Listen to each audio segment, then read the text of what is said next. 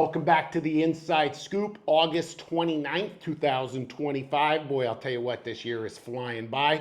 Look, let's talk about the weather first and foremost so you know what to expect if you're fishing down here locally or if you're visiting the Keys over the coming week. Hot, humid, probably 50 to 70% chance for showers each and every day. Typical weather for the end of August. Yep. You know, but you can find those windows. Absolutely. Run the radars, watch the weather, leave when you got a window, come back when you have a window, and fish when you can. That's right. And that might be a morning trip. It might be a few hours in the afternoon. But I think the point that Bobby's making, our co-captain, Bobby McDonald, is look, keep an eye on what's happening out there. Use common sense, right? Use all of the equipment that you have and, you know, plan your trips accordingly. There's going to be some days you may not be able to get out at all, and there's going to be other days you could fish all day. Yeah, guys, be smart. You know, no reason to force it and run out there when there's a potential that you're going to get stuck in bad weather. And these short trips this time of year when it's this hot, they're not a bad thing either. No, not at all. You're right. It is hot. That's hot. For sure. Look, let's also talk about what's happening down here. Look, it's slowed down considerably. It's end of August, beginning of September. Kids have gone back to school. Foot traffic is way down here in the Keys. But that doesn't mean that the fishing isn't exceptional, because it is. There's still a lot of great opportunities. And let me tell you something. Some of the bites right now are absolutely fire. Okay, we're talking about an incredibly consistent swordfish bite. The tuna bite, which, Bobby, I want you to talk about in a minute, is just absolutely on fire. Some of the best offshore fishing that we've seen all year. On the reef, you've still got a lot of opportunity there, and that might be a good choice based on these conditions where, hey, I can't get out there all day. I can only fish a few hours. Looks like the afternoon's going to be a washout. Hit the reef. You know what I mean? 4 to 5 mile run. You You're can't not beat running it. 30 to try to find mahi amongst storms. Exactly. You're not going to find a lot of mangroves on the reef right now, but certainly those yellowtail snapper will fill in the gap, and everybody loves catching the yellowtail. Just remember to scale it down. Okay, nothing more than 20-pound diamond presentation fluorocarbon. You may even have to go down to 15, 12 pound. Okay, scale it down on those smaller yellowtail. The bigger ones are often a little bit more aggressive, but they can be very line shy. Plenty of chum. You need that current. I want to remind you, make sure that your boat's positioned properly so your chum is flowing out behind the back of the boat. And if you don't have those ideal conditions, don't hesitate moving. Don't hesitate getting up and running up or down that reef to look for some better water. How big of a difference is that going to make? And get out of those patches too. Get to that 60 to 90 foot range where you're going to find the bigger yellowtail right now. Yeah, that makes a lot of sense, because remember, in the shallower water, if they could see the boat, you're not going to get those big ones to bite. And if you're looking down and seeing the bottom clear as day, 30 feet below, 35 feet down, those bigger yellowtail could see you as well. And that's why they tend to hover out a little bit deeper, certainly toward and over the edge of the reef. So that's where you want to look for those yellowtails right now. Working your way further off, look, the big news has got to be the continued dolphin bite. You know, how good is that? I mean, it did slow down there in July and early August, but it seems like it's picked back up. Like, we struggled to find fish in the 600s a couple of weeks ago, but now it seems that it's much better. And the fish are a little bit bigger, which typically happens this time of year. You find those nice gaffers mixed in. Yeah. But it's been a great mahi season. Hasn't it? I mean, certainly 2025 is going to stand out as the year of the dolphin fish. Okay, I'll tell you that right now. So that's still a great bet. Bobby, what depth, what should a guy start, you know, or where should he start looking for those dolphin right now? I'm thinking still at 650 to 700. Yeah. As soon as you cross over into the 600s, and everybody that fishes down in Marathon, you guys know 600 to 650, it goes on for a while. It's not a depth that just gets significantly deeper as you're moving out. So you've got a lot of mileage to cover, and you absolutely should be starting to look for your birds, your weed lines, your floating debris in that even 550. But at that point, you guys really need to be looking for things to fish. And if you find things to fish anywhere from 550 to 650, you need to be fishing it. That's right. Don't dedicate, correct. And I wouldn't dedicate a lot of time there. If you dedicate 20, 30 minutes and nothing's happening, keep going south, keep getting into deeper water. Remember this time of the year as well, we tend to find a lot of debris offshore, and I'll tell you why, because you've got a lot of those passing storms down in the Caribbean, Dominican Republic, Puerto Rico, you know. And even the bigger things developing over off of the coast of Africa that unfortunately come our way and we've got to be really concerned about. But those big major tropical depressions, tropical storms, even hurricanes, they mix up the ocean. They move a lot of stuff our way. Absolutely, absolutely. And a lot of debris coming off those islands. So don't discount the dolphin.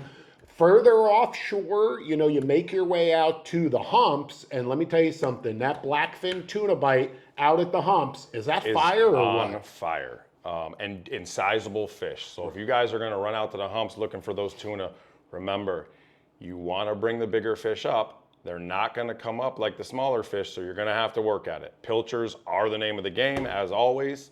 Absolutely try some jigs. If you've got the right current, you can get a jig down past the small fish, do that, but live bait is the key. The guys that are catching the bigger, better tuna are absolutely taking blacked out wells of pilchards and they're just chumming the waters with them and getting the bigger fish up. Keep in mind, on the subject of those pilchards, right now there's a lot of those small to medium chummers around. You know, you can cast net those small to medium chummers, but they're not going to stay alive in your bait pens for long. You'll be lucky if they stay alive overnight. This is not the type of bait. Those small, medium baits are so fragile. These aren't like the bigger ones. You can't go out and catch them, pen them up, feed them, keep them, use them. That's not what we're talking about. These chummers, first of all, you're not catching them on sabikis one at a time. You're throwing a net on them. That washes all the slime and all the scales off them. So already you've damaged these fragile little bait fish. You then transfer them from a cast net into a big bait well on a boat, then transfer them into a bait pen in the water, and then transfer them back onto a bait well on a boat.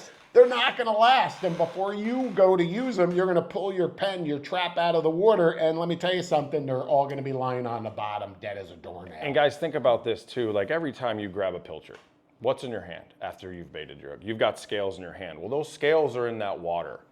And when those scales are in that water, those fish are breathing in that water. And that's what kills them a lot too. They get all these scales in their gills and it suffocates them. Yeah. So the bottom line is try and catch those small baits or get your hands on them the morning of.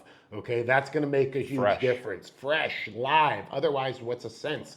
Get out there at the humps, the Almirada hump, the Marathon hump, certainly off of Key West, up even off Key Largo, there are areas.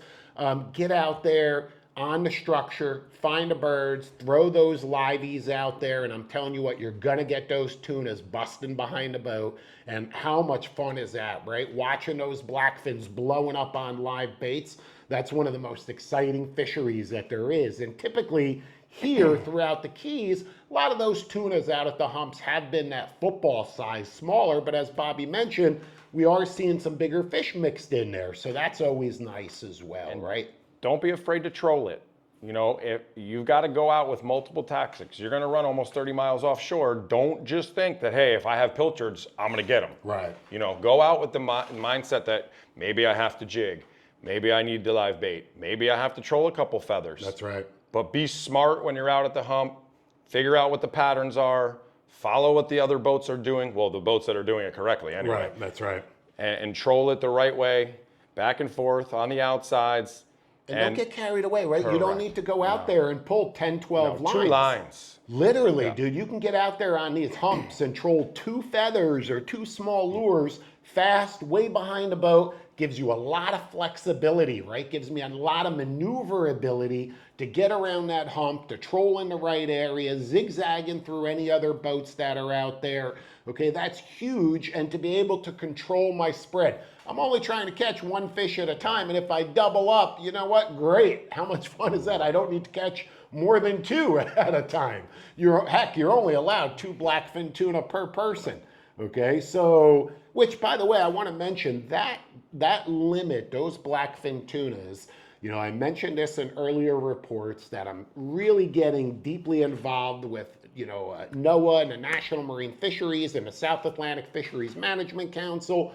And there's a big meeting that we have scheduled in November, literally going to spend a week with all sorts of workshops and discussions on the topic of offshore migratory pelagic fish and the limits and the laws and the regulations and how they're established, how counts are made, and what's in store for us as an angling community in the future. And this plays a huge role. I want to be that voice for the recreational angling community with these guys, because there's obviously a heavy influence on commercial fishing. Trust me, they have a voice there. There's no question about that.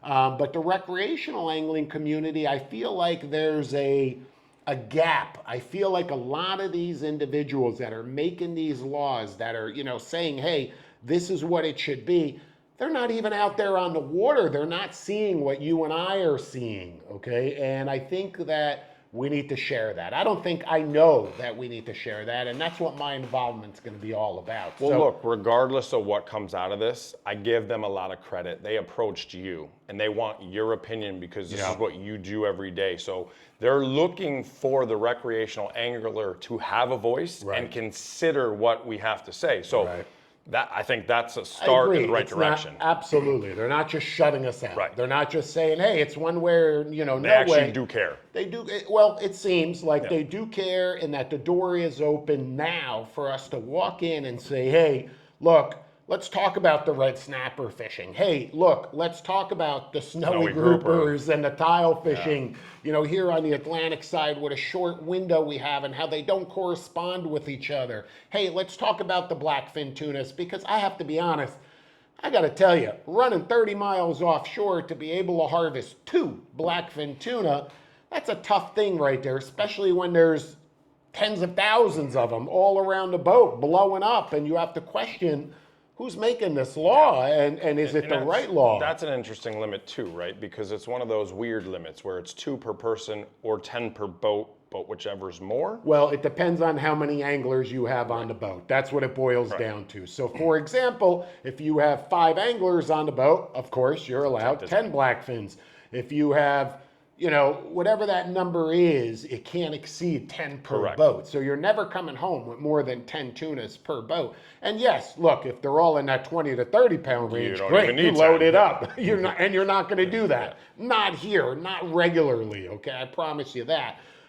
So again, it all depends on the size, but I think there should be a little bit more flexibility. But let's move on here. Beyond the blackfins, out at the humps, that swordfish bite right now, I've got a buddy who's been sword fishing in the last 11 trips, has brought home 17 fish. It's amazing. 17 fish. So have released a lot of small fish as well, but that bite is on fire. Okay, and if you get out there, put in your time. We've talked about that so much as well, on how important properly rigged baits are, how important boat positioning is.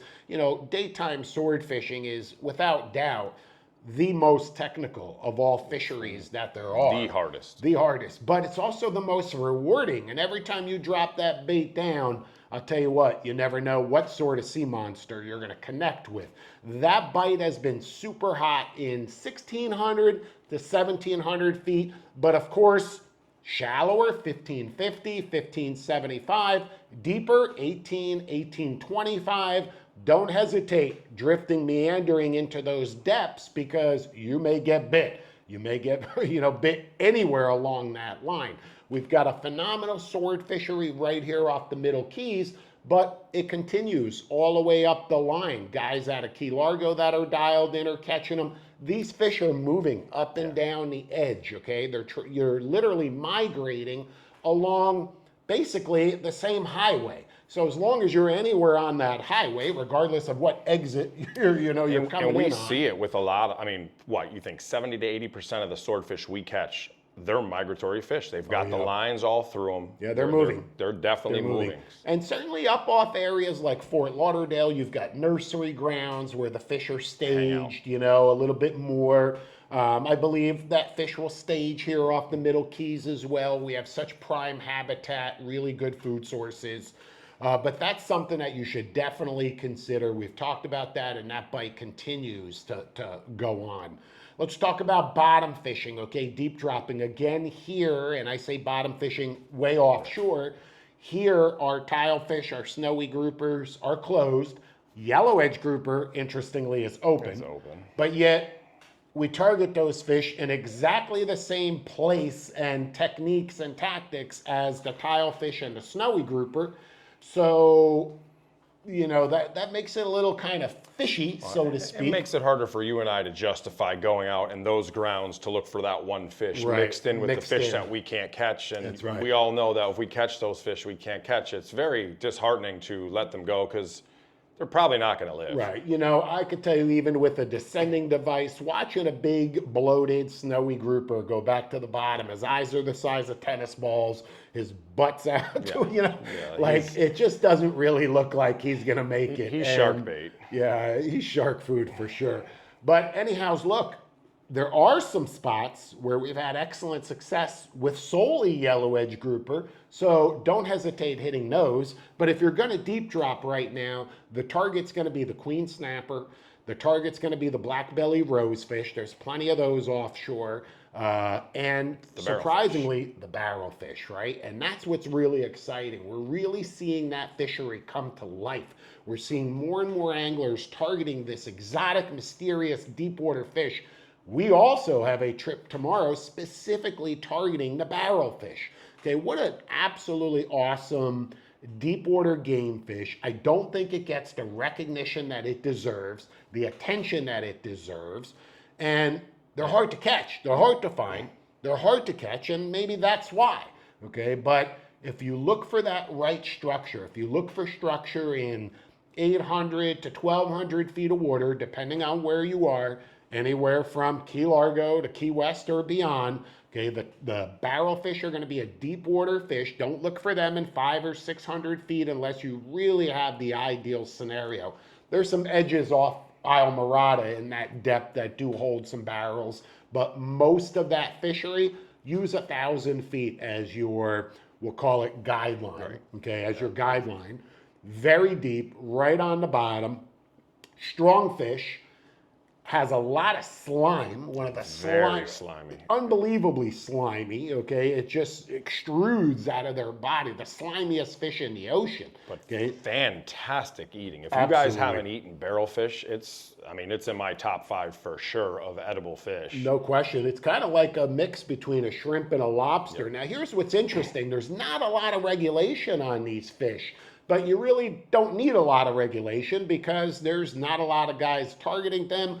They're very hard to find, very hard to fool, catching a number of fish on any given day. Look, I say if you go out with barrelfish in mind and you find and fool them and you get one beautiful 20 pound, 25 day. You won. You're winning right there. You did it, okay? You did it. You achieved what you were looking for. And don't forget, you're in the mahi grounds. You're going to bring a couple rods for mahi. They're going to swim by or you're going to come across them. So it's not going to be the only fish you put in the boat that day. And worst case scenario, you've got the black belly rosefish, which are very reliable. 1,000 to 1,200 feet, any sort of rocky bottom, drop a multiple hook chicken rig down. And you're going to catch them. And your rod tips, and you got them. And those black belly rosefish, what they lack in quality as far as size is concerned, they certainly make up for in quantity.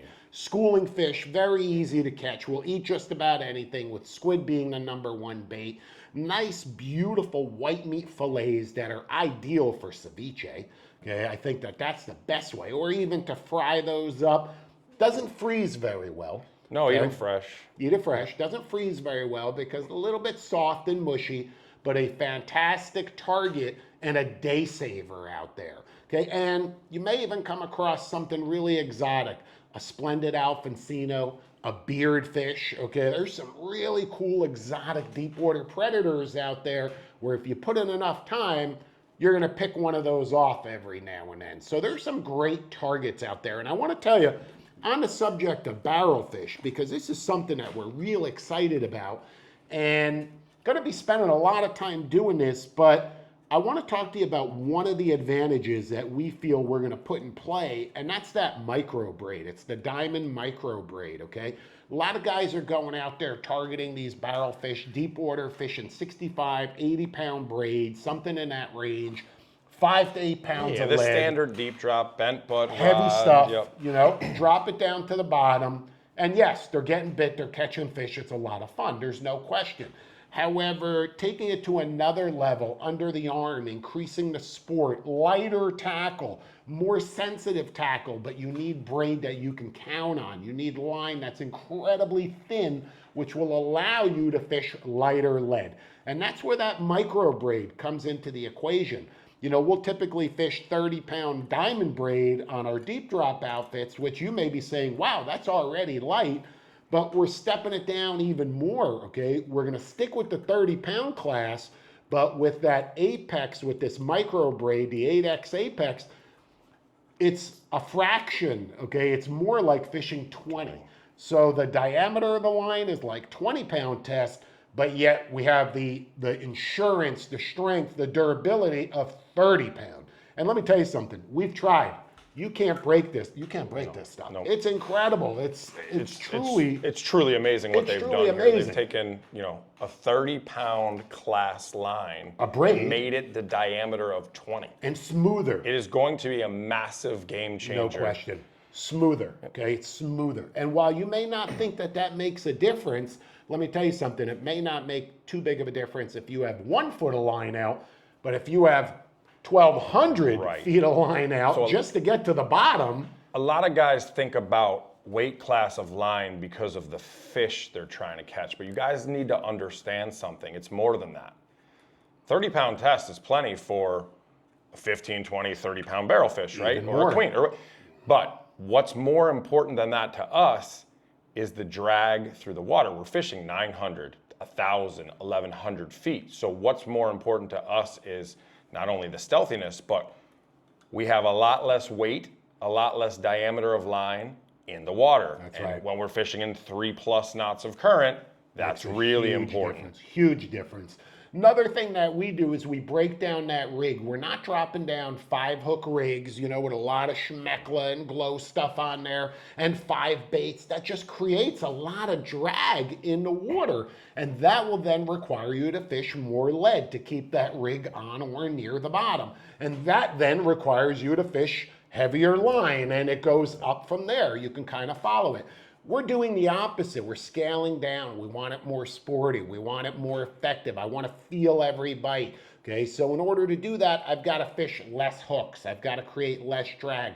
And with those barrel fish offshore, you don't need all of that glow stuff. You don't need all of that extra hoopla. Okay, a nice, fresh, clean, whole squid, they're not going to ignore it. That's their livelihood is squid. Correct. And if you're using lights, get the smallest light you can find. Don't get these great big lights. Everything is smaller is actually a lot better in this case. That's right. And rare in many cases, but here less is more. That's the bottom line. So the small lights, okay? Look, so that's a great opportunity. Let's also talk about another species where this is a special time of the year where we really don't even have a shot at these fish up until, you know, right now, and that's the Cubera snapper. Right, and we have to wait for the lobster season to open so we can get the correct bait to go fish for them. What an absolutely awesome predator, right? He's down there on that wreck, but he won't eat your pinfish, or he won't eat your pilchard, or he won't eat your goggle eye, or he might, but you're never getting him to the boat. You know, you thought you got hung up when a 50-pound, you know, Cubera sucks down your chunk bait. All right, it's rare you're going to get that fish to the boat. But with the lobster, that's a different game altogether because number one, as you mentioned, you know, lobster season open. The lobster is their number one delicacy for a Cubera, but the lobster also requires the angler to fish heavier tackle. Correct. I can't take a whole lobster, okay, picture that, a whole live lobster, a legal size live lobster, and drop it down on a 20-pound class outfit or on a 30-pound class outfit that I would typically be targeting, per se, mutton snapper or something like that on the wrecks. Here, I've got to go big. I've got to go big to fish that big bait, which in turn is leaning the odds in my favor of landing one of these fish, you know? So. And they fight hard. Hard, dude. A Cubera snapper is a vicious, he could be, no, not could be.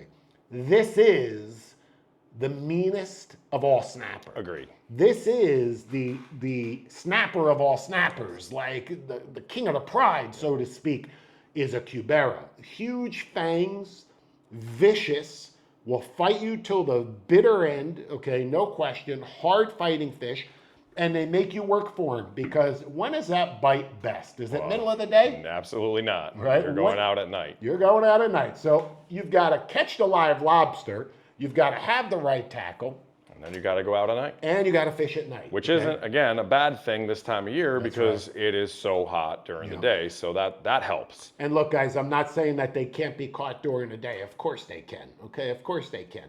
But typically, the odds are going to be in your favor at nighttime. Okay, they really are. So that's when those fish come out. They're nocturnal. They're looking for the lobsters that are on the move. Your lobster's down there rigged on 290 stainless steel hooks. All right, this is no joke. And the bite's strong right now. The guys that are going out at night and doing it, they're catching them. They're catching them, yeah. And you may not catch them the first time, but don't give up. You know, go out again. And that's all a structure-related fishery, anywhere from 150, 200 foot. Those are the types of depths that you're looking for.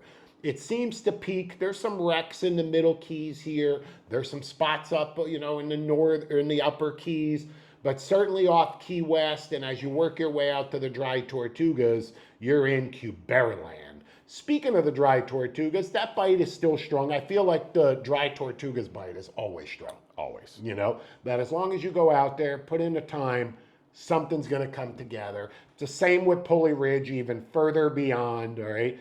Now there's a lot of guys running out there, these big cats, these big high-performance center consoles, and I'll tell you what, you spend the night out there, you spend some time, you know, deep dropping during the day, fishing up on the bank at night, little trolling in the morning, maybe a little more deep dropping, or just fishing, you know, jigging even. So many opportunities that you're not going to come home empty-handed. You're going to have a great trip no matter what.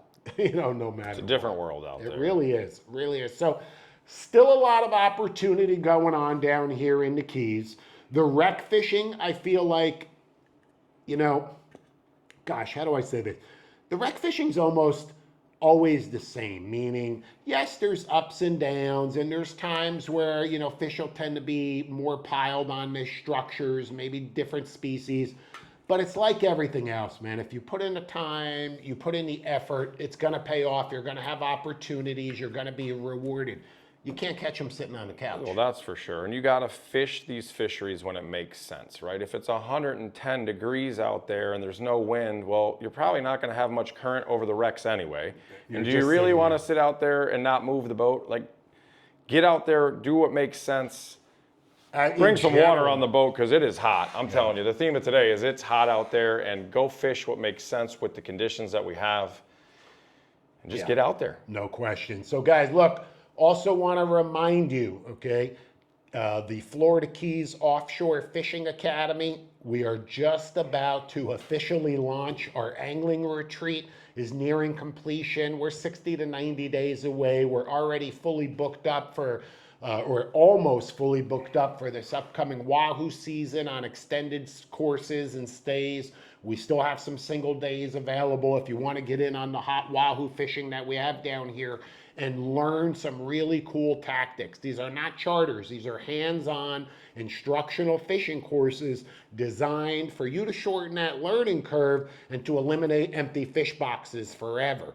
Okay, I also want to give you a little bit of a hint that our Florida Keys Offshore Fishing Academy, I'll tell you what, we are also going to be introducing an online seminar series. So not only are we going to be conducting our courses here in our angling retreat and out on the water on our Mercury-powered Sea Hunter, but not everybody can travel here. Not everybody can get here. We want to give you the opportunity to really digest all of that good information as well and making you a more successful angler. So we're going to offer these courses in a video type of format where you can just log on and literally just pick whichever particular topic you would like. And I'll tell you what, no secret is held back. We're going to spill the beans on everything. So really looking forward to that. Keep your eyes peeled. In the meantime, get out there this weekend, this upcoming week. Keep an eye on the storms. Put in that time, just like Bobby said, you're definitely going to have opportunities. We'll see you.